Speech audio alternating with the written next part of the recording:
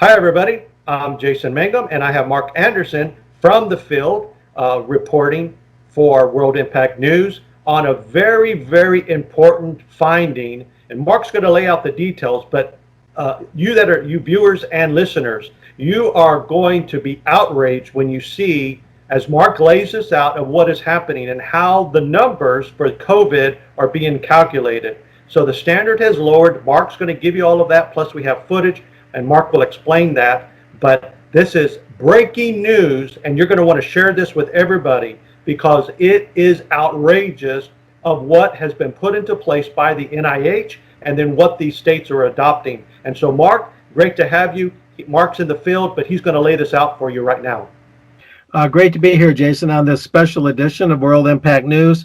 The location is Collin County, Texas, in the Plano area, just northeast of Dallas. And there, on May 18th, 2020, what seemed like a routine meeting of the county board, led by County Judge Chris Hill, that meeting transpired. And about 15 minutes into that meeting, I have found through research and through a tip from a viewer and reader that that county got a report from their health officials that day and learned that the state of Texas had adopted national guidelines from the CDC and NIH, and those guidelines vastly expanded the definition of a COVID-19 case to the point of almost utter meaninglessness, really to the point of meaninglessness. And in fact, when you sum it up and shake it out, and we'll be watching in just a couple of minutes here, a few minutes, we'll be watching the actual proceedings from that May 18, 2020 county board meeting in Collin County, Texas, In a few minutes, we'll be seeing the footage from that, and that footage shows unambiguously, without question, this is not opinion, this is nowhere near conspiracy theory. This footage shows that now for every so-called confirmed case of COVID-19 through the PCR test, they are counting 15 or 16 more assumed cases, or as they say, probable cases.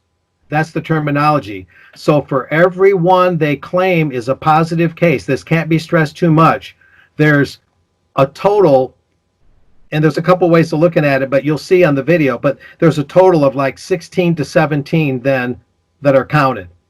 So the inflation ratio is for every one, add 15 or 16 more. In most scenarios, the total would be 17, counting the one that they claim to be a positive test.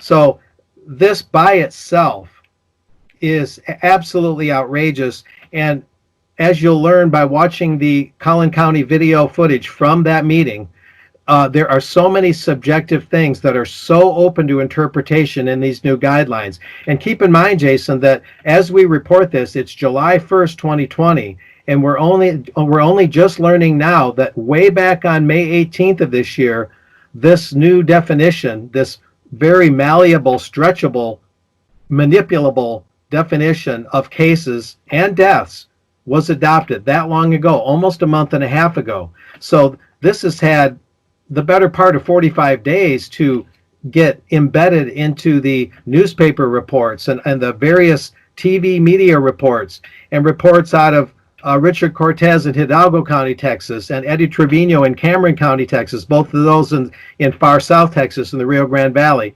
Collin County, again, being up by the greater Dallas Plano area. And so the state adopted these completely imprecise, completely subjective, and really, I would say, rigged criteria for counting cases. And one of the things that you'll hear is a confirmed case stays the same. The one case that they say is confirmed, and then they add the other 16 on, and then you get 17 out of 1. And for that one confirmed case that needs to be there in order to add the other ones on, they say you still need the PCR test. This is what the health official tells the Collin County Board. But as we've reported before, Jason, even that is suspect, as bad as this sounds already.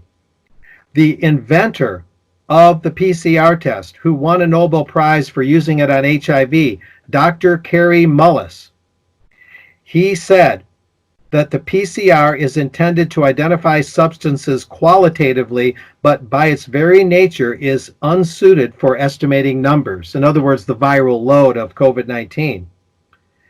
These tests cannot detect free infectious viruses at all. Let me repeat that. These tests, the PCR tests, cannot detect free infectious viruses at all. They can only detect the proteins that are believed, in some cases wrongly, to be unique to a given disease or infection. So even the one confirmed case, quote unquote, that they depend on, linked to the widely, almost universally used PCR test, even that is completely questionable and suspect. But then to add total insult to vast economic, social, and medical injury already throughout this lockdown, going back to February and March of this year, 2020, when you consider what we're hearing now, belatedly out of Collin County, it's beyond outrageous. And they also, get this, and you'll hear this again in the upcoming footage from Collin County, they also updated the definition for deaths related to COVID-19. This is an exact quote from the health official. Previously, it was only if you had a positive PCR result that you would be someone who died related to COVID-19, get those words. But now the lab testing is no longer required to be counted towards that. I'm going to read that again. Previously, it was only if you had a positive PCR result that you would be counted as someone who died related to COVID-19.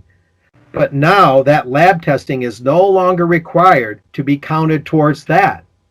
So lab testing is out for counting COVID-19 deaths as part of the same regulations that came down through the state of Texas and were accepted and adopted by Texas knowingly and willfully, and now are being used by the localities, including Collin County, completely, verifiably, irrevocably fudging the numbers, inflating the numbers.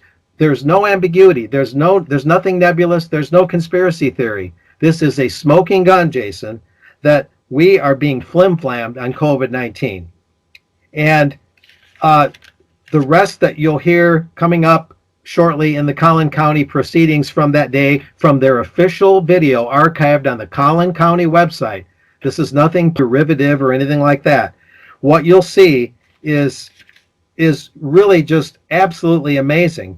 And also take note that what you'll see includes the idea that you can have one major symptom without a test, or two minor symptoms without a test, get that, and still be counted as a COVID-19 case.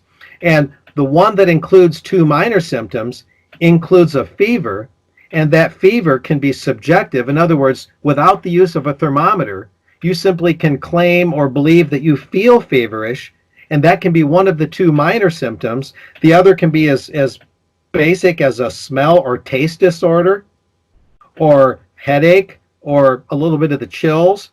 And you get two of those, including the subjective fever, and you can be counted, or one major symptom, cough, shortness of breath, difficulty breathing, evidence of pneumonia without an alternative diagnosis, and severe respiratory distress. But what's the difference between severe respiratory distress, shortness of breath, and a cough? A punch in the eye is a poke in the eye. I mean, the differences between them are almost not even measurable. They're all so close to each other. So the standards here are so low and so open to manipulation and fraud that I believe that it's fraud even for the counties to accept this from the state, let alone the state to accept it from the national level.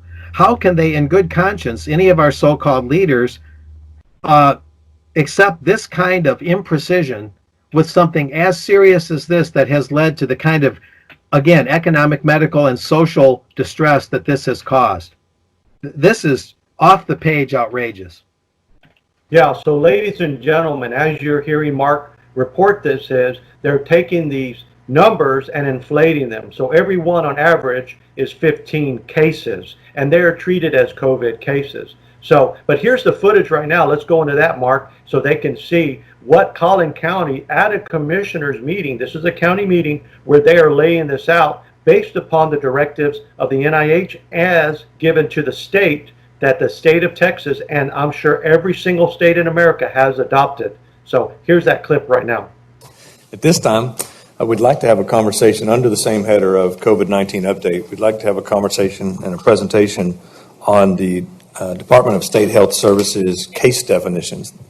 The state of Texas, DSHS, has informed public health departments that they have adopted a revised definition for COVID-19 probable cases. And so we've invited our health department staff to come and give a presentation today and inform the court and the public about this new definition. Aisha, how are you? Good, how are you? Thanks for joining us. Yeah, no problem. Again, my name is Aisha. I am with the epidemiology department with Healthcare Services. So this is a brief explanation on the changes that have been made to the COVID-19 case definition. So this image here will show you the current case definition. We did bring printouts if you guys would like those, or if it's, yeah.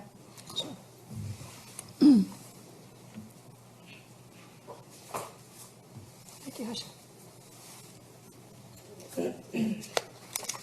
So currently, a confirmed case of COVID-19 was considered confirmed if there was a positive PCR lab result for COVID-19. Meaning if they got the swab testing done and it came back positive, that would be what we counted as a case towards COVID-19. If you didn't have lab results, if you just had symptoms, we could not count you as a case.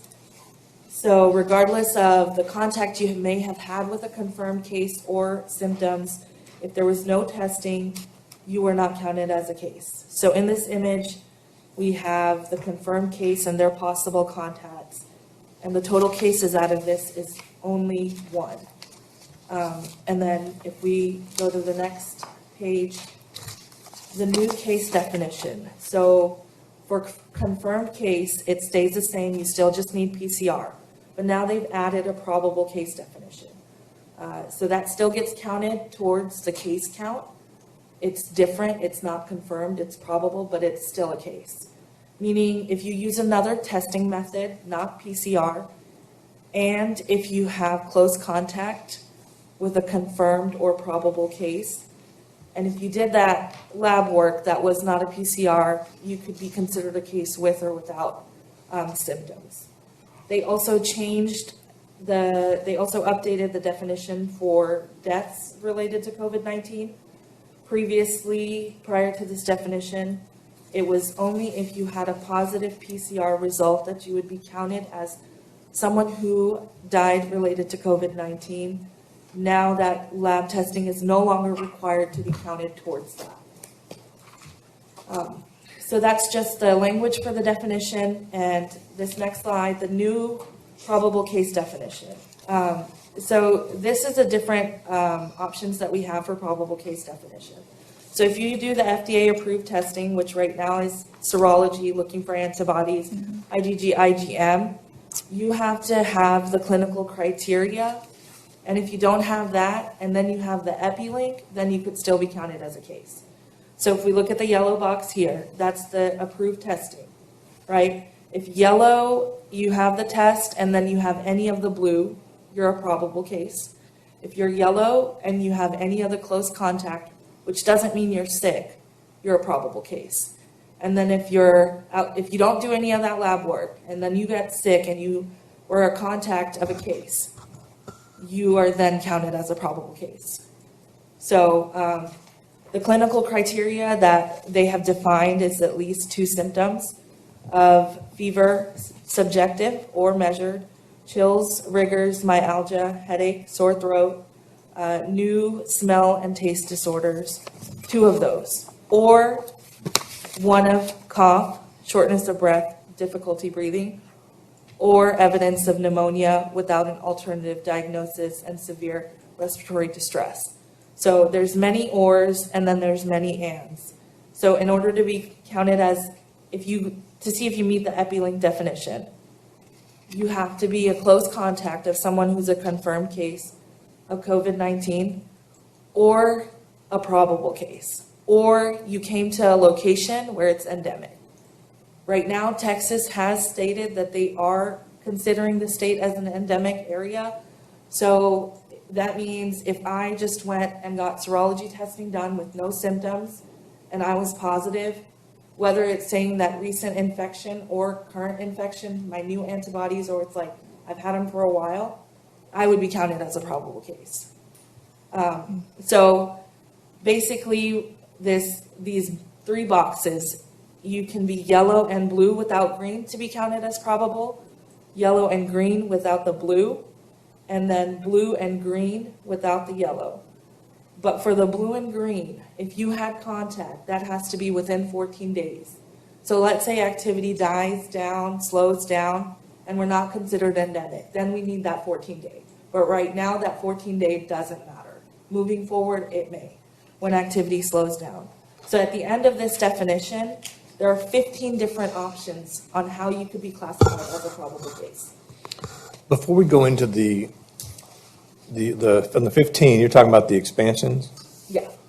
Is that what you're about to go into, the probable expansions? Or are you So- talking about the variables here? These variables, there's Okay. 15 ways to. Yeah, let's go into that then, and then we'll ask questions. Okay, so that same scenario, a little bit more extended.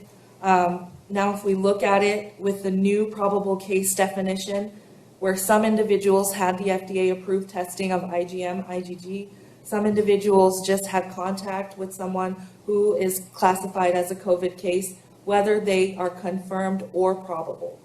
So at the end of this, based on this diagram and what they report, there's a total of 17 cases now. 1 is still only confirmed because that was that original index case who then had all these contacts underneath in orange. And all the rest of them became probable, but they are still considered a case. So. Very good. Thank you for that. Yeah. So just to recap, this has the potential to be a very significant event for us here in Texas and here in Collin County, as the state now has elected to adopt this new probable definition. And if you'll go back one, Mr. Billiou, as it's displayed there on the chart there, the yellow box, the blue boxes, and the green boxes.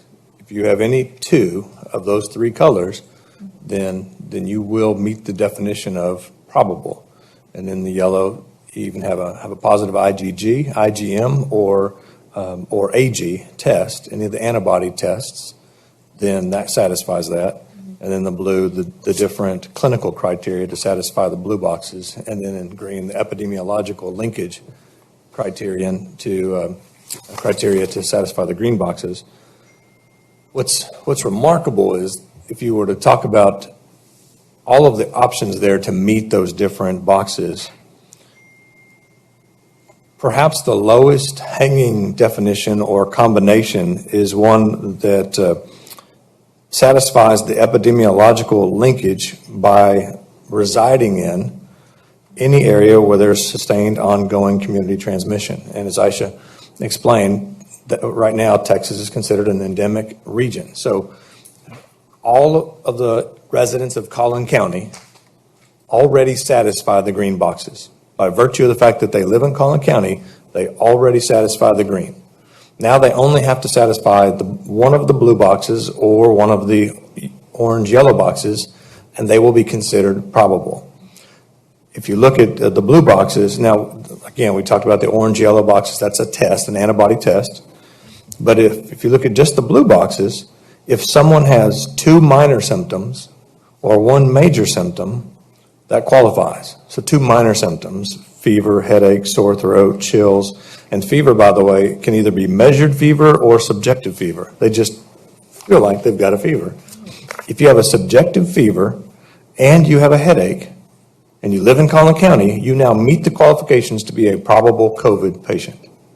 It is remarkable how low the standard is now. if you have one of the major symptoms, you have a cough or you have shortness of breath, and you live in Collin County, then you can satisfy the definition for a probable COVID case. So I don't think it can be overstated here that how much this could be taken out of context and could be giving a false narrative to our citizens and to our community. I'm not saying that we're going to see the numbers jump, but I'm very concerned that we absolutely could see the numbers jump very rapidly in a way that actually is not indicative of what we're seeing here in the community in the public health department.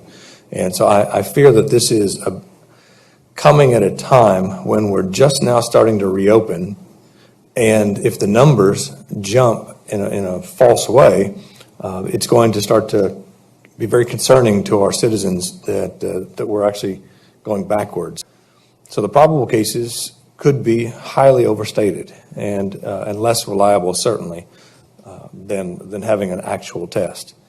And then, so Mr. Billy, if you'll go forward one slide. I think this is critical here, and you talked about this, and thank you for that. This is the potential impact for us, just as one example of showing what could happen. The yellow person there is the only one on the board who has a positive PCR test. It's the only one that's tested positive with a true swab test for COVID-19. All of the orange boxes are coworkers and family members and neighbors and friends, folks that have had some kind of contact with the confirmed case. And as long as they can satisfy, and again, they all satisfy the green box. So as long as they can satisfy one of the blue boxes or the orange box, then they are all considered a probable confirmed case. So whereas right now, all of our resources in the public health department go towards tracking, reporting, and then contact tracing the confirmed cases and the PUMs, which is represented by one individual on this chart, that could be expanded 16-fold. We have the potential to see a remarkable expansion of those that are considered COVID positive. And if you're just doing that for reporting, well, it's not reliable. So ladies and gentlemen, there you can see it's laid out in public of how they are inflating the numbers. So you're wondering, here we are in the middle of the summer, and why there's a spike, because really it's being manufactured. That's why. So it's very irresponsible for even the media, as they're reporting things such as officials plead with public to stop spread of COVID-19, and that the county is saying that, we need everybody to cooperate, when the county themselves are the ones that are actually inflating the numbers. And that's why we're seeing a spike. And so, but here I want to point out too, because there's another video we're going to show you of Deborah Birx. We all know her as being part of the White House Coronavirus Task Force, but here is something that she said based upon how they are treating even deaths and death cases. For instance, if somebody comes into the emergency room with heart pain, then has a heart attack and dies of a heart attack, but that person is tested and they tested positive for the coronavirus, then they would be counted as a COVID death. And so this is what's happening. So basically they're counting everything that, or they want to at least count everything that's moving, and those that aren't moving, they're designating that. And there's other reports on that as well. But here's Deborah Birx out of her mouth saying how they're treating those cases. Have a heart or kidney problem. Some countries are recording that as a heart issue or a kidney issue and not a COVID-19 death.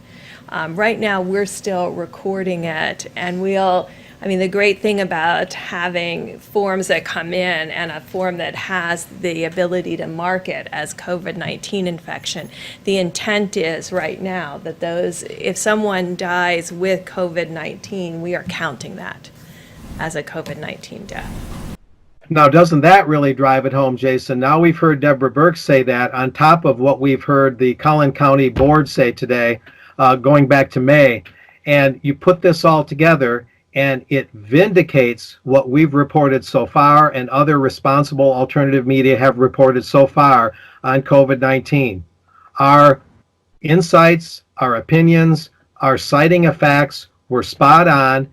Now it's all in the open for everyone to see. And I believe, Jason, you also have a CVS pharmacy item that kind of puts the capstone on today's newscast. As if we haven't heard enough outrageous stuff, now you've got this other item. Go ahead with that. Yes, Mark. What's happening is a individual actually made an appointment to get a COVID test, for getting tested for COVID, but they decided not to go. So they did not go and actually get tested. They received multiple phone calls from CVS, but just simply ignored the calls. They wanted to not go. It wasn't that they had symptoms. They just decided, I'm not going to waste my time. Then they received a letter. Get this, Mark.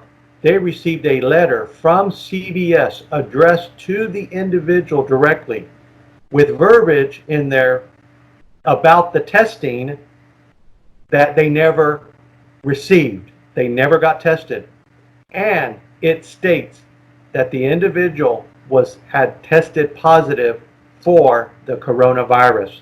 So can you imagine? CVS is now sending letters to people who never got tested, but simply a person who set up an appointment to get tested. It's like an auto-generated letter, or, and this is assumption, but it is a real letter that they received after receiving no testing, that they did test positive for COVID, but never actually attended any kind of testing and attended their appointment. So we can see where there's manipulation in the numbers. We have another insider who has actually spoken about how their hospital, a doctor at their hospital, but this is a whistleblower, so that has said that their hospital, no matter if you come in with chest pains, if you come in with from a gunshot wound, you are going to be positive for COVID. So they're marking any case that comes in. So we can see there's a clear agenda here, Mark. And it's one, I think everybody should be outraged. This is what they're destroying the economy over,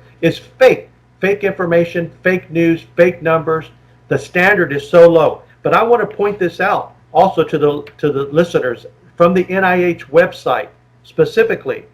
The new guidance created a new cohort of patients with diagnosis based on the risk of exposure and symptoms, but no laboratory confirmation. So see, simply just, a patient, we're just going to determine these are patients. These are not diagnosed by a laboratory confirmation.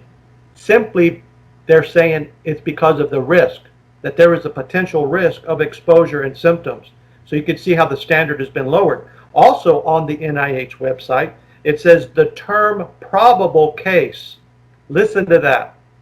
The term probable case recently expanded to include a suspect case for whom testing could not be performed for any reason, which tells you probable case had already been used, because it says they expanded the probable case. So what we're bringing to you today, what Mark has laid out, what you saw on video from Collin County and from Deborah Burks, is this is the smoking gun right here. We can see this. So probable case recently expanded, meaning that it was already being used, and now they've lowered the standard even more, that testing doesn't have to be performed in any reason, and it's a suspect. So wow, Mark, this is shocking. This is breaking news as people watch this. I mean, this is just terrible and horrific that an economy would be destroyed with this kind of behavior. There should be accountability here, Mark. Yeah, to me, this is criminal fraud. If I'm walking out on a legal limb when I say that, so be it. But the government itself is adopting and accepting and enforcing things that meet no standard of credibility or believability. They can't even be called facts. They're a far cry. They're light years away from dealing in facts. Chris Hill, the county judge there, kind of the head of the county board there, that in Texas, a county judge is kind of like the mayor of the board. He says he did realize, he said during that same meeting, after he heard the presentation, if you have a subjective fever and you have a headache and you live in Collin County, you now meet the new qualifications to be a probable COVID patient. He was kind of summing it up and realizing what he had heard. It's remarkable, he added, how low the standard is now. And if you have one of the major symptoms, like cough or shortness of breath, and if you live in Collin County, you can satisfy the definition for a probable COVID case. I don't think it can be overstated how much this could be taken out of context and how much this could be giving a false narrative to our citizens in our community. And so Chris Hill did realize that the county is probably, to put it mildly, on pretty shaky ground here, or could be, depending on how this crunches out. But remember, this was back on May 18th. But I did not see any evidence, however, despite his doubts and some of the other, feelings of uncertainty or ambivalence among county board members, I did not see anybody outright substantively object to it, to say this is unacceptable, we can't use this. So they might have their misgivings, they might have their doubts and their concerns, they might be ambivalent, whatever, but I'm not seeing objection. How could objection not be justified in this case? Any elected official worth his salt would say this is unacceptable, this ain't going to happen. Greg Abbott can say what Greg Abbott says, Fauci can say what Fauci wants to say. This ain't happening in my county. But we're not hearing that. We're hearing begrudgingly somewhat, we're going to go along to get along. And until I hear something different, we're going to call it as we see it. Yeah. So in closing, here's another document I was able to dig up from the NIH's archive that actually happened on April the 10th. NIH begins study to quantify undetected cases of coronavirus infection. So there you have it, ladies and gentlemen. This is something that is not new. It has been going on. It has been hidden from us, but now we're exposing it.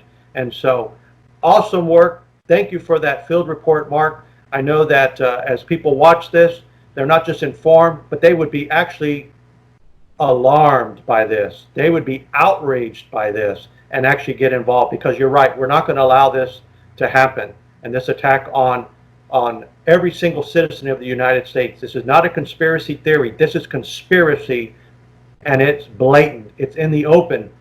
And so that's what we're bringing to you today as it gets exposed. I would just suggest to readers in closing, to viewers and readers and listeners, because we'll post articles about this as well on our website, worldimpactnews.net.